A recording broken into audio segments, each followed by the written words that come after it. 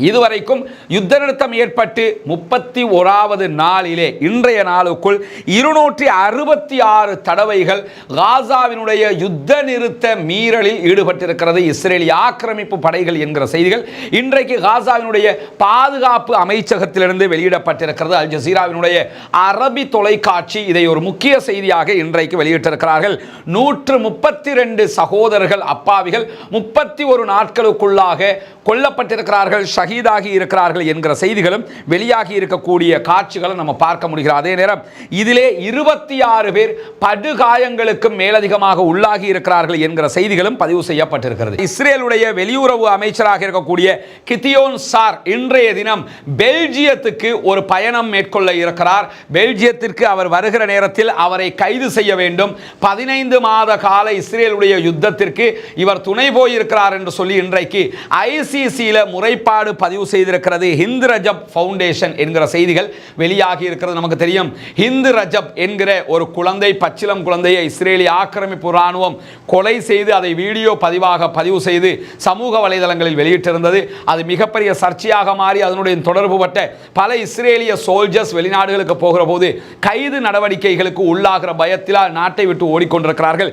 இலங்கைக்கு வருகை தந்திருந்த டெர்மினேட்டர் என்று அழைக்கப்படக்கூடிய அப்படிப்பட்ட ஒருவன் இலங்கையை விட்டு வெளியேறி இருந்தது நமக்கெல்லாம் தெரியும். இந்த நிலையில தான் ஹிந்து ரஜப் ஃபவுண்டேஷன் மீண்டும் ஒரு கம்ப்ளைண்ட் ஐசிசில முன் வச்சிருக்கிறாங்க.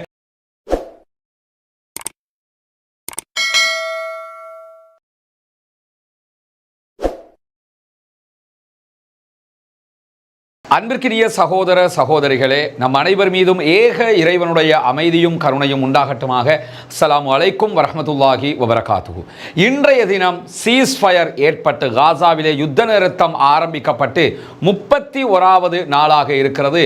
யுத்தம் ஆரம்பிக்கப்பட்ட அக்டோபர் 7ஆம் தேதி முதல் இன்றைய நாள் வரைக்கும் 501வது நாளாக இது பதிவு செய்யப்பட்டிருக்கிறது.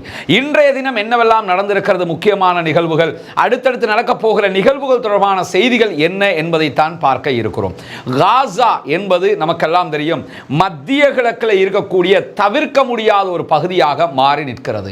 குறிப்பாக காசாவை அபகரித்துக் கொள்வதற்கு இஸ்ரேல் எப்படி திட்டமிட்டிருக்கிறதோ அதே அளவுக்கு அமெரிக்காவும் காசாவை அபகரிக்க திட்டமிடுகிறது. அதற்கான காரணமாக அமெரிக்க அதிபர் முன்வைத்திருக்கக்கூடிய மிக முக்கியமான சூட்சுமமான காரணம் என்னவென்று சொன்னால், எப்படி பட்டுப்பாதை காணப்படுகிறதோ, சீனா எப்படி பிசினஸ் டெவலப் பண்ணி கொண்டிருக்கிறதோ, அதே போன்று ஈஜிப்ட் வழியாக செங்கடல் பயணத்தில் எப்படி வியாபாரம் முன்னேற்றம் அடைந்திருக்கிறதோ இதே அளவுக்கு அமெரிக்காவில் இருந்து ஐரோப்பிய நாடுகள் வழியாக, ஐரோப்பாவில் இருந்து இஸ்ரேல் வழியாக இந்திய பெருங்கண்டம் வரைக்கும் உண்டான ஒரு மிகப்பெரிய பிசினஸ் ரூட்டை அமைக்க வேண்டும்.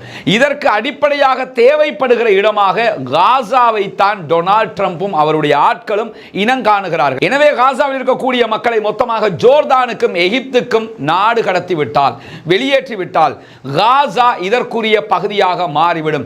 தங்களுக்குரிய ஒரு காலனித்துவ பகுதியாக அதை வைத்துக் கொள்ள முடியும் என்பதுதான் அவர்களுடைய மிக நீண்ட கால திட்டமாக இருந்தது. அதை தற்போது இந்திய பிரதமர் நரேந்திர மோடியுடனான சந்திப்பில் அவர் வெளிப்படுத்தி இருப்பதையும் நாம் அவதானிக்க முடிகிறது. இப்படியான நேரத்தில் இன்றைய தினம் நடந்திருக்கக்கூடிய மிக முக்கியமான சம்பவங்கள் பல பதிவாகி இருக்கிறது. இதுவரைக்கும் யுத்த நிறுத்தம் ஏற்பட்டு 31வது நாளிலே இன்றைய நாளுக்குள் 266 தடவைகள் காசாவினுடைய யுத்த நிறுத்த மீறலில் ஈடுபட்டிருக்கிறது இஸ்ரேலிய ஆக்கிரமிப்பு படைகள் என்கிற செய்திகள் இன்றைக்கு காசாவினுடைய பாதுகாப்பு அமைச்சகத்திலிருந்து வெளியிடப்பட்டிருக்கிறது. அல் ஜசீராவினுடைய அரபி தொலைக்காட்சி இதை ஒரு முக்கிய செய்தியாக இன்றைக்கு வெளியிட்டிருக்கிறார்கள். 132 சகோதரர்கள் அப்பாவிகள் 31 நாட்களுக்குள்ளாக கொல்லப்பட்டிருக்கிறார்கள், ஷஹீதாகி இருக்கிறார்கள் என்கிற செய்திகளும் வெளியாகி இருக்கக்கூடிய காட்சிகளை நம்ம பார்க்க முடிகிறது. அதே நேரம் இதிலே 26 பேர் படுகாயங்களுக்கு மேலதிகமாக உள்ளாகி இருக்கிறார்கள் என்கிற செய்திகளும் பதிவு செய்யப்பட்டிருக்கிறது. இப்படியான நேரத்தில் சாதாரண காயங்களுக்கு உள்ளான மக்கள் 900 பேர் இருக்கிறார்கள் என்கிற பதிவுகளும் இன்றைக்கு வெளியாகி இருக்கிறது. எனவே சராசரியாக 10 நாட்களுக்கு 300 பேர் என்கிற வகையில் இஸ்ரேலிய ஆக்கிரமிப்பு படைகள் யுத்த நிறுத்த விதிமீறலில் ஈடுபட்டிருக்கின்றன என்பது மிக திட்ட தெளிவாக தெரிந்திருக்கிறது. யுத்த நிறுத்தம் ஏற்பட்டதற்கு பிறகும் 136 அப்பாவிகள் கொல்லப்பட்டிருக்கிறார்கள், ஷஹீதாகி இருக்கிறார்கள் என்பதுதான் ஏற்றுக்கொள்ள முடியாத வருத்தத்திற்குரிய செய்தியாக இன்றைய தினம் பதிவாகி இருக்கிறது. இந்த தாக்குதல்கள், யுத்த நிறுத்த விதிமீறல்கள் குறிப்பாக சென்ட்ரல் காசாவில் தான் அதிகமாக நடைபெற்றிருக்கிறது. 110 சம்பவங்கள் அந்த பகுதிகளில் இடம்பெற்றிருக்கக்கூடிய அதே நேரத்தில் ரஃபாவில் 54 தடவைகள் இஸ்ரேல் தாக்குதல்களை நடத்தி இருக்கிறது. யுத்த நிறுத்த விதிமீறலில் ஈடுபட்டிருக்கிறது. காசா சிட்டிக்குள்ள 49 தடவைகள் விதிமீறல் தாக்குதல்களை நடத்தி இருக்கிறது. கான் யூனுஸ்ல 19 தடவைகள் நடத்தி இருக்கக்கூடிய அதே நேரம் வடக்கு காசா நார்த் காசா பகுதிகளில் 13 சம்பவங்கள் பதிவு செய்யப்பட்டிருக்கிறது. இப்படி யுத்த நிறுத்தம் அமலிலே இருக்கக்கூடிய நேரத்தில் யுத்த நிறுத்த விதிமீறல்களை மீறி இந்த தாக்குதல்களை அவர்கள் செய்து கொண்டிருக்கிறார்கள். இது சர்வதேச சமாதான விதிமுறைகளையும் மீறுவதற்கு ஒப்பானது என்பதை ஐநாவும் பலமுறை சுட்டிக்காட்டி இருப்பதை நாம் அவதானிக்க முடியும். இந்த மாதிரியான நேரத்தில் தான் இப்பொழுது சீஸ்ஃபயர் டீல் நடைமுறையில் இருக்கிறது. இந்த நடைமுறையில் அடுத்த 2 கட்டங்களில் அவர்கள் பணைய கைதிகளை விடுதலை செய்வதற்கு தயாராக இருக்கிறார்கள். பாலஸ்தீன விடுதலை அமைப்பை சேர்ந்தவர்கள் அதே போன்று பாலஸ்தீன மக்களை விடுதலை செய்வதற்கு இஸ்ரேல் தயாராக இருக்கிறது. இந்த முதல் கட்டத்தில் மேலும் 2 தடவைகள் 14 பேர் விடுதலை செய்யப்படுவார்கள் என்பது தகவலாக இருக்கக்கூடிய நேரத்தில் முதல் கட்டமாக எதிர்வருகிற வியாழக்கிழமை 4 பேருடைய பாடிகளை நாங்கள் இஸ்ரேலிடத்தில் ஒப்படைப்போம் என்று சொல்லி இன்றைக்கு பாலஸ்தீன விடுதலை அமைப்பு அறிவித்திருக்கிறது. ஏன்னா இந்த பணைய கைதிகளாக பிடிச்சிட்டு போனதுக்கு பிறகு அக்டோபர் 7க்கு பிறகு இஸ்ரேல் நடத்திய தாக்குதல்களில் அவர்களுடைய தாக்குதலாலேயே கொல்லப்பட்டவர்கள் தான் இவர்கள். எனவே கொல்லப்பட்ட பணைய கைதிகளுடைய உடல்களை தான் திருப்பி ஒப்படைக்க இருக்கிறார்கள். அதில் முதல் கட்டமாக 4 பேரும் எதிர்வருகிற சனிக்கிழமை 6 பேருடைய உடல்களும் பாடிகளும் ஒப்படைக்கப்படும் என்கிற செய்திகளை இன்றைக்கு பெஞ்சமின் நெத்தனியாகுவினுடைய அலுவலகமும் உறுதிப்படுத்தி இருக்கக்கூடிய நேரத்தில் இஸ்ரேல் யாரை விடுதலை செய்ய இருக்கிறார்கள்? அடுத்ததாக இந்த முதல் கட்டம் 4 ஜனாசாக்கள், அதற்கு பிறகு வழங்கப்பட இருக்கக்கூடிய 6 உடல்கள், மொத்தம் 10 உடல்களை பெற்றுக்கொண்டு இஸ்ரேல் யாரை விடுதலை செய்ய இருக்கிறாங்கன்னா 19 வயதுக்கு குறைந்த சிறுவர்களை விடுதலை செய்ய இருக்கிறார்கள். இந்த இடத்துல இந்த பாலஸ்தீனத்திற்கான ஐநாவினுடைய தூதராக இருக்கக்கூடிய இந்த யுத்த விவகாரத்தில் ரொம்ப அதிகமாக பேசப்படக்கூடிய பிரான்சிஸ்கா அல்பானிஷ் அவர்கள் கேட்கக்கூடிய ஒரு கேள்வி என்னன்னா, இவர்களை என்ன அடிப்படையில் நீங்கள் கைது செய்தீர்கள்? மற்றவங்களை கைது செய்றீங்க, ஒரு காரணத்தை சொல்றீங்க. இந்த 19 வயதுக்கு குறைந்த குழந்தைகளை நீங்கள் கைது செய்ததற்கு என்ன அடிப்படை இருக்கிறது? அவங்க ஆயுதம் ஏந்தினாங்களா? இல்ல. யுத்தம் பண்ணினாங்களா? இல்ல. உங்களோட சண்டைக்கு வரல, உங்களுக்கு எதிராக ஒரு கல்ல கூட வீசல. அப்படி இருக்கிற போது இவர்களை ஏன் கைது செய்தீர்கள் என்றால் எந்த காரணமும் இல்லை, நாங்கள் கைது செய்ய விரும்பினோம், கைது செய்தோம் என்பதை அவர்கள் பதிலாக வைத்துக் கொண்டிருக்கக்கூடியதைத்தான் நம்ம பார்க்க முடிகிறது.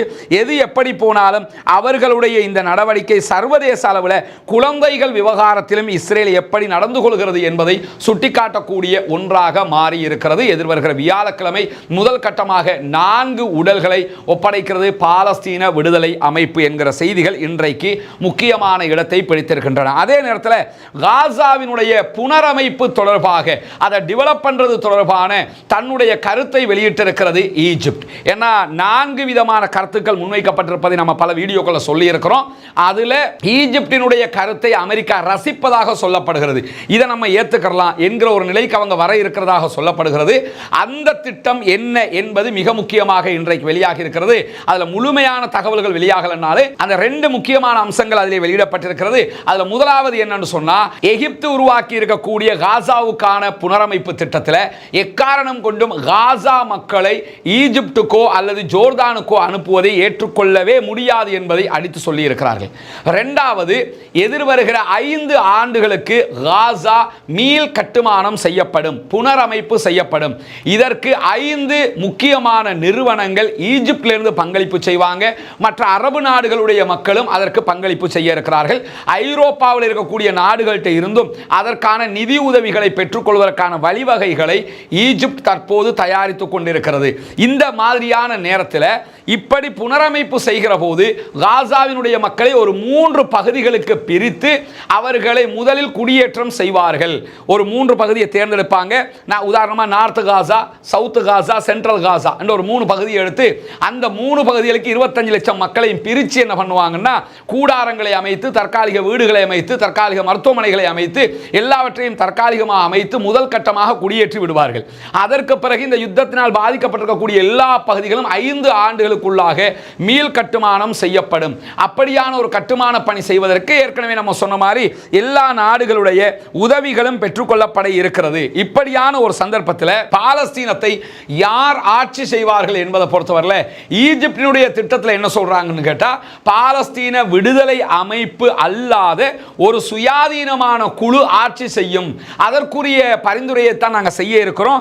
இதற்கு ஈஜிப்ட், சவுதி அரேபியா, கத்தார், ஐக்கிய அரபு எமிரேட்ஸ், ஜோர்தான் ஆகிய நாடுகள் முதல் கட்டமாக தங்களுடைய பேச்சுவார்த்தைகளை நடத்த இருக்கிறார்கள். எதிர்வருகிற 20ஆம் தேதி இதற்கான பேச்சுவார்த்தை ரியாதிலே நடைபெற இருக்கிறது. சில சகோதரர்கள் நம்ம என்ன கேட்டாங்கன்னா, ஏன் மற்ற அரபு நாடுகள் சேரலங்கிற கேட்கிறாங்க.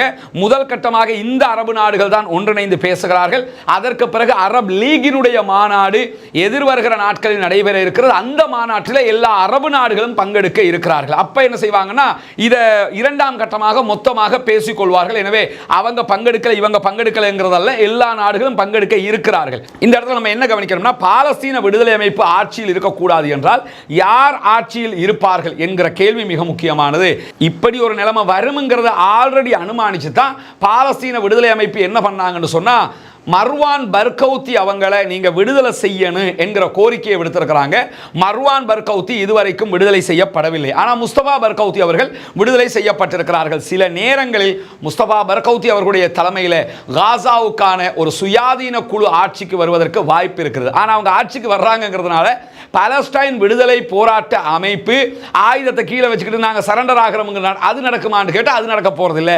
அவங்களுடைய வளமையான ராணுவ பணிகளை மேற்கொள்வார்கள். ஆட்சியை இவங்க செய்வதற்கு தற்காலிகமாக ஒப்படைப்பதற்கான வாய்ப்புகள் இருக்கிறது. ஏன்னா மர்வான் பர்கௌத்தி அதுக்கு தானே அவங்க எதிர்பார்த்தாங்க. இப்போ முஸ்தபா பர்கௌத்தியை வைத்து அந்த காரியத்தை செய்வதற்கு நிறைய வாய்ப்புகள் இருக்கிறது. எது எப்படி போனாலும் காசா தொடர்பான மிக முக்கியமான மாநாடு ரியாதில் 20ஆம் தேதி முடிவுற்றதற்கு பிறகு 27ஆம் தேதி அரப் லீகினுடைய உச்சி மாநாடு கெய்ரோவில் ஈஜிப்ட் தலைநகரத்தில் நடப்பதாக இருந்தது. அதை இன்றைய தினம் கெய்ரோ எதிர்வருகிற மார்ச் 4ஆம் தேதி நடத்துவதாக ஒத்தி வைத்திருக்கிறார்கள். இது எதுக்காக ஒத்தி வைக்கிறாங்கன்னு சொன்னா, வேற எந்த காரணம் இல்லை. அவங்க என்ன சொல்றாங்கன்னா, நாங்க ஒரு குறிப்பிட்ட நாடுகள் வர்றதா தான் ஆரம்பத்தில் நினைச்சிருந்தோம். அந்த குறிப்பிட்ட நாடுகளுடைய ஃபாரின் மினிஸ்டர்ஸ் தான் வருவாங்கன்னு நம்ம ஆரம்பத்தில் முடிவெடுத்திருந்தோம். இப்பொழுது பல அதிகாரிகள் வர வேண்டி இருக்கிறது, பல நாடுகள் பங்கெடுக்க வேண்டி இருக்கிறது. எனவே அதற்குரிய ஏற்பாடு, பிரம்மாண்ட ஏற்பாடு தேவைப்படுகிறது. அதற்குரிய அந்த செட்டப் எல்லாம் கரெக்டா இருக்கணும்ல. பல நாடுகள் சந்தித்து பேசக்கூடிய ஒரு விஷயம் இது. சும்மா 2 மேசையில் உட்கார்ந்து பேசுகிற விஷயம் கிடையாதுங்கிறதுனால அதற்குரிய ஏற்பாடுகளுக்கு எங்களுக்கு நேரம் தேவை என்று இன்றைக்கு அரப் லீகினுடைய தலைமையகத்தை பஹ்ரைன் கொண்டிருக்கிற காரணத்தினால பஹ்ரைனோட பேச்சுவார்த்தை நடத்தி இந்த முடிவுக்கு நாங்கள் வந்திருக்கிறோம் என்கிற செய்திகளையும் அவர்கள் இன்றைக்கு வெளியிட்டிருக்கிறார்கள். ஒரு நல்ல சமிக்ஞையாக இதுவெல்லாம் நடைபெற்று வருகிறது. அரபு நாடுகள் மிக தெளிவாக இருக்கிறார்கள். குறிப்பாக ஈஜிப்டினுடைய ஜனாதிபதி அப்துல் ஃபத்தா சிசி மிக தெளிவாக எக்காரணம் கொண்டும் காசா மக்களை வெளியேற்றுவதை நாங்கள் ஒப்புக்கொள்ளவே முடியாது என்று சொல்லிவிட்டார். ஜோர்தானுடைய வெளிவிவகார அமைச்சர் ஆல்ரெடி என்ன சொல்லிட்டான்னா, எங்க நாட்டுக்குள்ள 35% மக்கள் அகதிகள் தான் ஆல்ரெடி இருக்கிறாங்க. இன்னும் அகதிகளை எங்களுக்கு சேர்த்துக்கிற முடியாது, அது நடக்கவே நடக்காது.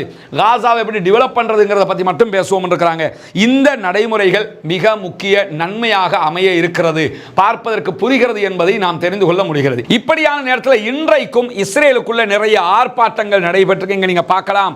ஒவ்வொருவரும் ஒவ்வொரு டேட்டை கையில் வச்சிருக்க 444, 443, 442 இப்படி டேட்டுடைய நம்பர்களை வச்சிருக்கிற காட்சியை நீங்க பார்ப்பீங்க. பின்னாடி 500 என்று போடப்பட்டிருக்கேன்னா, இந்த யுத்தம் ஆரம்பிக்கப்பட்டு நேற்றோடு 500 நாளுங்கிறதுனால ஆர்ப்பாட்டத்தில் குதிச்சு என்ன பண்றாங்கன்னு சொன்னா, 500 நாட்களை தாண்டி எங்க ஆட்களை நீங்க விடுவிச்சு கொண்டு வரல, திரும்ப திரும்ப யுத்தம் பண்றதை விட்டு போட்டு பாலஸ்தீனத்திலிருந்து எங்க ஆட்களை உயிரோட மீட்டுக்கிட்டு வர்றது எப்படின்னு சொல்லி அதுக்கு முடிவெடுங்க அப்படின்னு சொல்லி இன்றைக்கு பாரிய ஆர்ப்பாட்டங்கள் டெல் அவிவ் உள்ளிட்ட இஸ்ரேலுடைய பல நகரங்களில் நடைபெற்றிருக்கக்கூடிய நேரத்தில் அக்டோபர் 7ஆம் தேதிய தாக்குதல்களுக்கு பிறகு எகிப்துக்கும் தொடர்பு இருக்கிறது.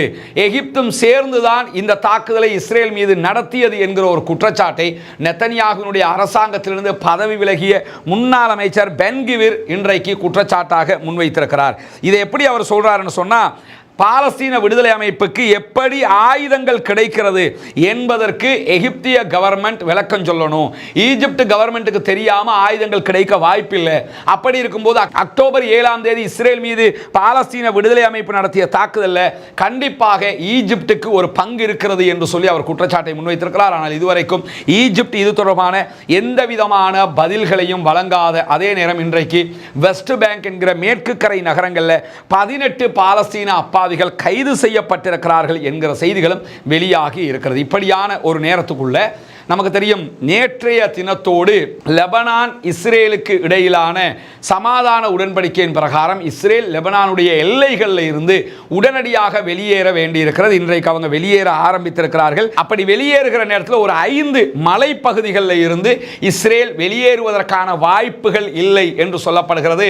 லெபனானுடைய எல்லை அது, அந்த எல்லைகள் அவங்க இருப்பதற்கான வாய்ப்பு இருக்கிறது என்று இன்றைக்கு சொல்லப்படுகிற அதே நேரம் அப்படி அவர்கள் அங்கே தங்கினால் நாங்களும் அதற்கு எதிராக எங்களுடைய நிலைப்பாடுகளை மாற்ற வேண்டி வரும் என்கிற செய்தியை லெபனானிய போராளி குழுவாக இருக்கக்கூடிய ஹெஸ்புல்லாக்களும் இன்றைய தினம் வெளியிட்டிருக்கக்கூடிய அதே நேரத்தில் அமெரிக்காவினுடைய முன்னாள் ஜனாதிபதி ஜோ பைடன் இஸ்ரேலுக்கு கொடுக்காமல் நிறுத்தி வைத்திருந்த ஆயுதங்களை இன்றைய தினம் இஸ்ரேலுக்கு அனுப்புவதற்கு அமெரிக்கா அனுமதி கொடுத்திருக்கிறது. டொனால்ட் ட்ரம்பினுடைய ஆட்சி காலமாக இருக்கிற காரணத்தினால அமெரிக்கா 1800 MK-84 வகையான பாரிய குண்டுகளை இன்றைக்கு இஸ்ரேலுக்கு ஏற்றுமதி செய்திருக்கிறது என்கிற செய்திகளும் இன்றைக்கு வெளியாகி இருக்கிற அதே நேரத்தில் மிக முக்கியமான ஒரு சம்பவம் இன்றைக்கு இடம்பெற்றிருக்கிறது. அது என்ன முக்கியமான சம்பவம் என்று சொன்னால், இஸ்ரேலுடைய வெளியுறவு அமைச்சராக இருக்கக்கூடிய கிதியோன் சார் இன்றைய தினம் பெல்ஜியத்துக்கு ஒரு பயணம் மேற்கொள்ள இருக்கிறார். பெல்ஜியத்திற்கு அவர் வருகிற நேரத்தில் அவரை கைது செய்ய வேண்டும். 15 மாத கால இஸ்ரேலுடைய யுத்தத்திற்கு இவர் துணை போயிருக்கிறார் என்று சொல்லி இன்றைக்கு ICCயில் முறைப்பாடு பதிவு செய்திருக்கிறது ஹிந்து ரஜப் ஃபவுண்டேஷன் என்கிற செய்திகள் வெளியாகி இருக்கிறது. நமக்கு தெரியும், ஹிந்து ரஜப் என்கிற ஒரு குழந்தை, பச்சிலம் குழந்தையை இஸ்ரேலிய ஆக்கிரமிப்பு இராணுவம் கொலை செய்து அதை வீடியோ பதிவு செய்து சமூக வலைதளங்களில் வெளியிட்டிருந்தது. அது மிகப்பெரிய சர்ச்சையாக மாறி அதனுடைய தொடர்பு பட்ட பல இஸ்ரேலிய சோல்ஜர்ஸ் வெளிநாடுகளுக்கு போகிற போது கைது நடவடிக்கைகளுக்கு உள்ளாகிற பயத்தில் நாட்டை விட்டு ஓடிக்கொண்டிருக்கிறார்கள். இலங்கைக்கு வருகை தந்திருந்த டெர்மினேட்டர் என்று அழைக்கப்படக்கூடிய அப்படிப்பட்ட ஒருவன் இலங்கையை விட்டு வெளியேறி இருந்தது நமக்கெல்லாம் தெரியும். இந்த நிலையில தான் ஹிந்து ரஜப் ஃபவுண்டேஷன் மீண்டும் ஒரு கம்ப்ளைனை ICCயில் முன் வச்சிருக்கிறாங்க. என்ன நடக்க போகிறது என்பதை பொறுத்திருந்து பார்ப்போம். தொடர்ந்து ஹிந்து ரஜப் ஃபவுண்டேஷன் பாலஸ்தீன மக்களுக்காக போராடி வரக்கூடிய காட்சிகள் எல்லாம் நம்ம பார்க்க முடிகிறது. எனவே இன்றைக்கு வெளியாகி இருக்கக்கூடிய மிக முக்கியமான செய்திகளாக இவை பதிவு செய்யப்பட்டிருக்கின்றன. இன்றைய தினம் சவுதி அரேபியாவில் ரஷ்யாவுக்கும் உக்ரைனுக்குமான யுத்தம் தொடர்பான மிக முக்கியமான பேச்சுவார்த்தை அமெரிக்க ரஷ்யா அதிகாரிகளால் நடத்தப்பட்டு வருகிறது. விரைவிலேயே சவுதி அரேபியாவுக்கு ட்ரம்ப் பயணிக்க இருக்கிறார் என்கிற செய்திகளோடு விளாடிமிர் புட்டினும் சவுதி அரேபியாவுக்கு வர இருக்கிறார் பேச்சுவார்த்தைகளுக்காக என்கிற செய்திகள் வெளிவந்திருக்கக்கூடிய நேரத்தில் எதற்காக சவுதி அரேபியா நடுநிலை வகித்து இந்த பேச்சுவார்த்தைகளை முன்னெடுக்கிறது என்கிற தனியான ஒரு வீடியோவை ரஸ்மின் MISC அப்டேட்ஸ் என்கிற நம்முடைய சேனலில் வெளியிட்டிருக்கிறோம். பார்க்காத சகோதரர்கள் அதையும் பார்த்து விடுவதோடு ரஸ்மின் MISC அப்டேட்ஸ் என்கிற நம்முடைய சேனலையும் சப்ஸ்கிரைப் செய்வதோடு ரஸ்மின் MISC நியூஸ் என்கிற இந்த சேனலையும் சப்ஸ்கிரைப் செய்யாத சகோதரர்கள் சப்ஸ்கிரைப் செய்து இணைந்து கொள்ளுங்கள். நம் அத்தனை பேரையும் அல்லாஹ் தஆலா நல்ல விவகாரங்களில் ஒருங்கிணைப்பானாக. பாலஸ்தீனம் வெற்றி பெற வேண்டும், பாலஸ்தீனம் சுதந்திரம் அடைய வேண்டும், பாலஸ்தீன மக்களும் நம்மை போன்ற நிம்மதியானவர்களாக மாற வேண்டும் என்கிற உயரிய பிரார்த்தனைகளோடு பாலஸ்தீன மக்களுக்காக ஜனநாயக ரீதியாக எப்போதும் குரல் எழுப்புவோமாக வாகிறது. அல்ஹம்துலில்லாஹி ரப்பில் ஆலமீன்.